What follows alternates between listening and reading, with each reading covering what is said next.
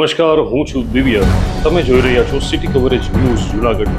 આજના મુખ્ય સમાચાર. જૂનાગઢમાં ખોરાક અને ઔષધ નિયમન તંત્રની મોટી કાર્યવાહી. રાજ્યમાં સૌથી વધુ 585 કિલો બનાવટી ડેરી એનાલોગ્સનો નાશ કરાયો. રાજકોટમાં 115, વડોદરામાં 471, સુરતમાં 235, જૂનાગઢમાં 585, જામનગરમાં 29 કિલો ડેરી એનાલોગ્સનો નાશ થશે. રાજ્યમાં 842 પેઢીમાં આકસ્મિક ચેકિંગ. હજુ કાર્યવાહી ચાલુ. રાજ્યમાં નાગરિકોના આરોગ્ય સાથે ચેડા કરતા ભેળસેળિયા તત્વો સામે ખોરાક અને ઔષધ નિયમન તંત્ર FDCA દ્વારા રાજ્યવ્યાપી કડક દરોડાની ઝુંબેશ શરૂ કરવામાં આવી છે. આ ઝુંબેશ અંતર્ગત જૂનાગઢ જિલ્લો મુખ્ય કેન્દ્ર બન્યો છે, જ્યાં 7 ઓગસ્ટના રોજ રાજ્યમાં સૌથી વધુ 585 કિલોગ્રામ બનાવટી ડેરી એનાલોગ્સ, બનાવટી પનીર અને ચીઝનો જથ્થો પકડી પાડી તેનો સ્થળ પર જ નાશ કરવામાં આવ્યો છે.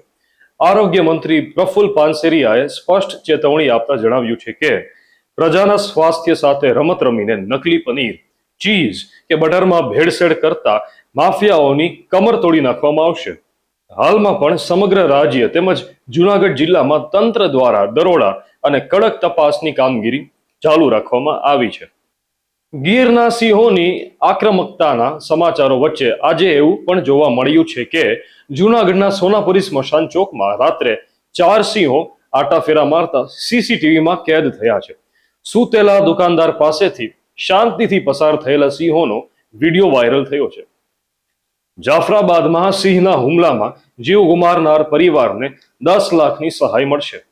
જૂનાગઢમાં સાંકડીધાર ચેકપોસ્ટે ડ્રગ્સની હેરાફેરીમાં ચેકપોસ્ટ ઠેકાળવા જતા 2 મહિલા સહિત 3 ઝડપાયા.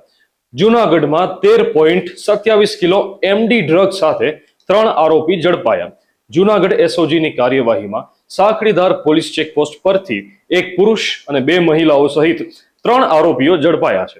તેમની પાસેથી 13.27 મેફેડ્રોન એટલે કે MD, 2 મોબાઈલ અને અર્ટિગા કાર સહિત રૂપિયા 5,50,310 નો મુદ્દામાલ કબજે કરાયો છે.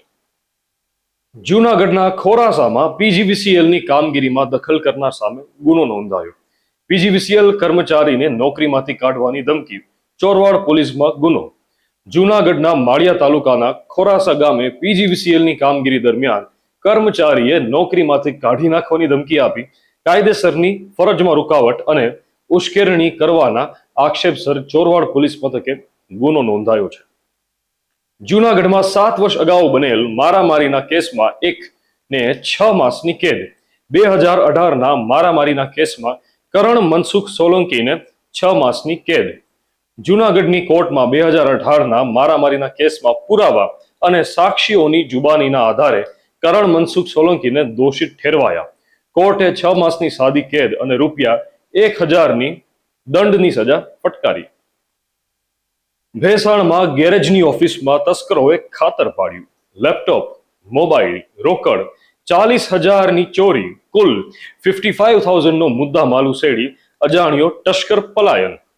જૂનાગઢના ભેસાણ પરબ રોડ પર આવેલા પટેલ ગેરેજની ઓફિસને તસ્કરોએ નિશાન બનાવી દરવાજાના નકુચા તોડી અંદર પ્રવેશ કરી લેપટોપ, મોબાઈલ, ફોન અને રોકડ રકમ મળી કુલ 55,000નો મુદ્દામાલ ચોરી કરી જતા ચકચાર મચી ગઈ છે. બનાવ અંગે ભેસાણ પોલીસ મથકે અજાણ્યા શખ્સ સામે ગુનો નોંધી તપાસ હાથ ધરવામાં આવી છે. ગુજરાતમાં MBBSની 300 સીટો વધી. રાજ્યમાં કુલ બેઠકનો આંકડો 7,500. NMCની મંજૂરી બાદ ગુજરાતમાં MBBSની 300 નવી બેઠકો આવી. નેશનલ મેડિકલ કમિશન NMCની મંજૂરીથી ગુજરાતમાં MBBSની 300 નવી બેઠકો ઉમેરાઈ. કુલ ક્ષમતા 7,200થી વધીને 7,500 થઈ છે. તમામ નવી બેઠકો ખાનગી મેડિકલ કોલેજોમાં ઉમરાઈ છે, જેના કારણે મેરિટ કટ ઓફ ઘટવાની શક્યતા છે.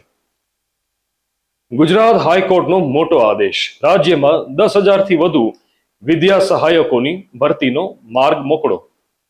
વિદ્યા સહાયક ભરતીને હાઈકોર્ટની લીલી ઝંડી. 10,000થી વધુ નિમણૂકનો રસ્તો સાફ. ગુજરાત હાઈકોર્ટના જસ્ટિસ નીરલ R મહેતાએ વચગાળાના આદેશથી વિદ્યા સહાયક ભરતીને મંજૂરી આપી છે. TET એટલે કે ટેટ-1 આધારિત ભરતી સામે રીટ અરજીઓથી પ્રક્રિયા અટકી હતી. હવે 10,000થી વધુ લાયક ઉમેદવારોને નિમણૂકનો માર્ગ મોકળો થયો છે. ગ્રાહકો અને નાના વેપારીઓના યુપીઆઈ પર ચાર્જ નહીં લાગે. અટકળો પર પડદો. યુપીઆઈ સામાન્ય ગ્રાહકો, નાના વેપારીઓ માટે મફત. યુપીઆઈ પર ચાર્જની ચર્ચા વચ્ચે પેમેન્ટ કાઉન્સિલ ઓફ ઇન્ડિયાએ સ્પષ્ટતા કરી છે કે સામાન્ય ગ્રાહકો અને નાના વેપારીઓ માટે યુપીઆઈ સંપૂર્ણપણે મફત રહેશે. ડિજિટલ પેમેન્ટ નેટવર્કને લાંબા ગાળે મજબૂત બનાવવા માટે વેપારીઓ પર ચાર્જ લાગી શકે તેવી શક્યતા છે. ધર્મ પરિવર્તન કરવા 60 દિવસ પહેલા તંત્રને જાણ કરવી પડશે. છત્તીસગઢમાં એન્ટી કન્વર્ઝન લો લાગુ. છત્તીસગઢમાં ધર્મ પરિવર્તન માટે 60 દિવસ પહેલા જાણ ફરજિયાત. છત્તીસગઢ સરકારે છત્તીસગઢ ધર્મની સ્વતંત્ર અધિનિયમ 2026 અમલમાં મૂક્યો છે. નવા નિયમ મુજબ ધર્મ બદલતા ઈચ્છતી વ્યક્તિએ 60 દિવસ પહેલા જિલ્લા વહીવટી તંત્રને જાણ કરવી પડશે. અધિકૃત ગેઝેટમાં નિયમો જાહેર થયા બાદ ધર્મ પરિવર્તન વિરોધી કાયદો અમલમાં આવ્યો છે. સરકારના જણાવ્યા મુજબ તેનો હેતુ ગેરકાયદેસર ધર્મ પરિવર્તનને રોકવાનો છે. સિટી કવરેજના ડેઇલી અપડેટ્સ માટે અમારી ચેનલ લાઈક કરો, શેર કરો અને સબસ્ક્રાઇબ કરો. આવતીકાલે ફરી મળીશું નવા ન્યૂઝ સાથે. City coverage news Junagadh. Thank you.